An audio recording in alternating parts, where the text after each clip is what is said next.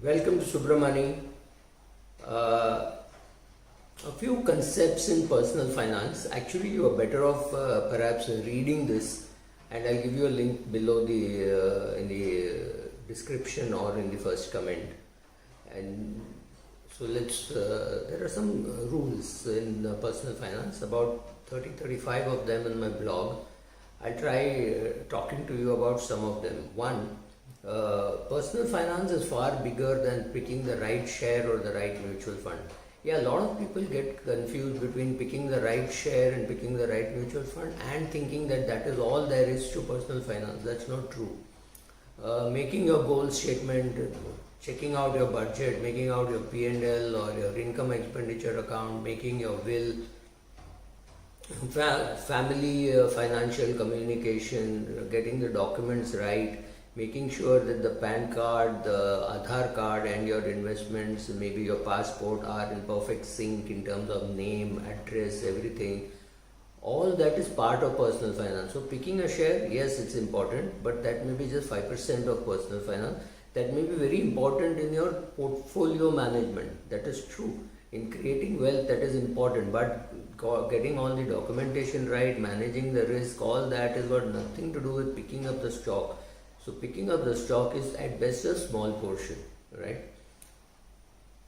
So as a corollary to that, picking up the right fund does not mean you know personal finance. The concepts are very different. And if the only personal finance you know is from reading from magazines, blogs and vlogs and parents and all, I'm sorry, don't. That can't be your profession. You cannot sit and then start teaching it to the world. You should have actually done it. You should have managed money, or you should have managed risk, or you should have done it for friends or relatives or something, and then you can. The degree doesn't really matter, but you should have done it for people before you start blogging and start giving advice to people. There are that kind of advice can be dangerous. Be careful.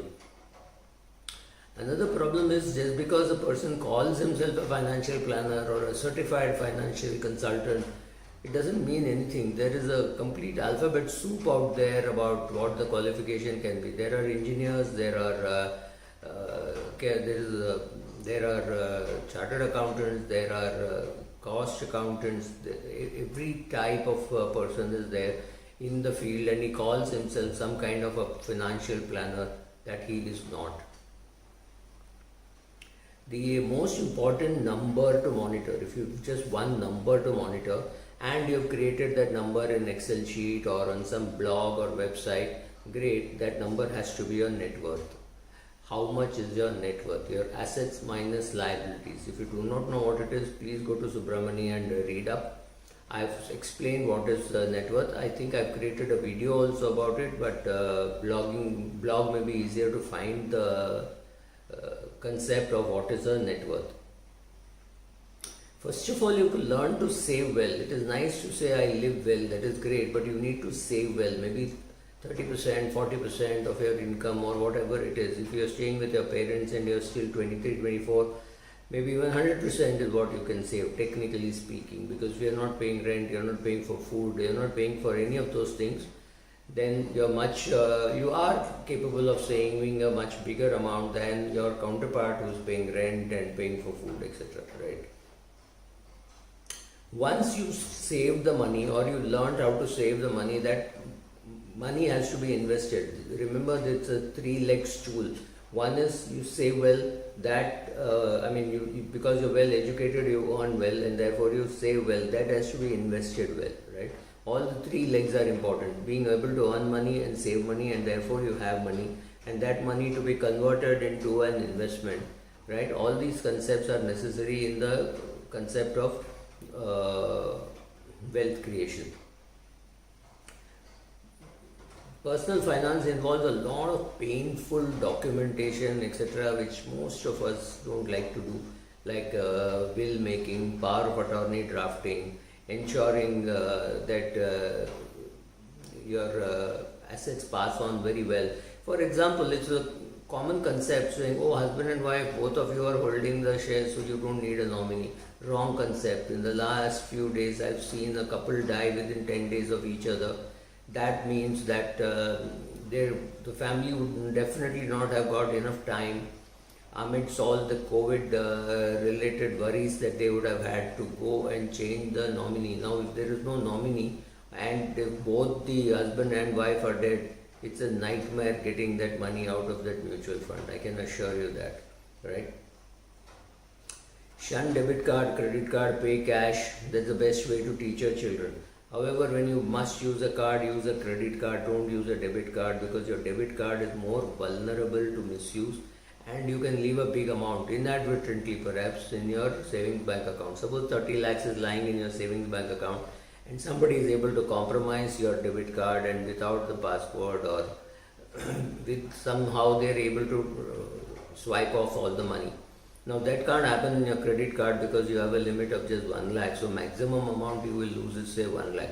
So have a credit card with a small limit and use that credit card extensively wherever you wish to. Right? Shun credit card, shun credit totally, except for buying a house, which is perhaps what we believe in appreciating asset. Other than that, don't have debt at all. I would have said go ahead and don't have debt even in the house, because buy a house at a later stage. That's up to you. If you get your big ticket items properly, like your house, your cars and your investments, largely you've done well, right? So don't then crib about the smaller things. However, having said that, if you do not know where your money is going or how you're spending, writing down the expenses is perhaps the best and the smartest thing you can do, and it requires no great training beyond class 8. Anybody can do that. Start writing down what you're spending in a simple plain 200-page notebook. Just write. If you want, you can write your comments below and start that, and afterwards you can shift it to Excel. It is necessary that you should start this in a physical form in the notebook. Why so? Simply I'll cover sometime later, but not now. Getting your neighborhood right is also important. Make sure that everybody around you is more or less similar, because if they are too poor, you're going to end up in bad company, in the sense that everybody is going to come and ask you for a loan and things like that, and don't be that bad. Nor should you be in a place where everybody else is so uber rich that your children get a complex, right? So make sure that you stay in surroundings where you know people and they're more or less same standard of living as you. Reading subramani.com is of course very useful. Watching these YouTube videos is also very useful. Fund management cost, taxation are very important to consider while investing in the mutual fund. And if you were to separate the cost management, you will cost of managing the funds, you will know why I am saying that. However, advisors also not easy to get. Some people do it at a nominal cost, some people do it at zero cost, but they are the exceptions, and then you may not want it. ROI based on good quality education is infinite, but having said that, there is a problem today that everybody goes and gets himself or herself an MBA from some college and thinks that here also it will be infinite. Not true. Costs of education have gone up far too quickly, and salaries have just not kept pace. So if you were getting for spending X, maybe you were starting on a salary of half X or something per annum, or maybe you were starting at a salary of X, but today that X has increased so much that chances are you may be earning less than that over the next 3 years. Your loan amount plus interest, maybe your 5 years CTC, that is high.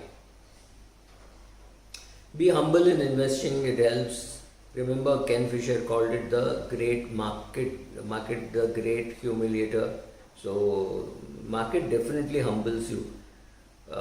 Nothing can be more difficult than making money in the market, reasonably good money at reasonable rates.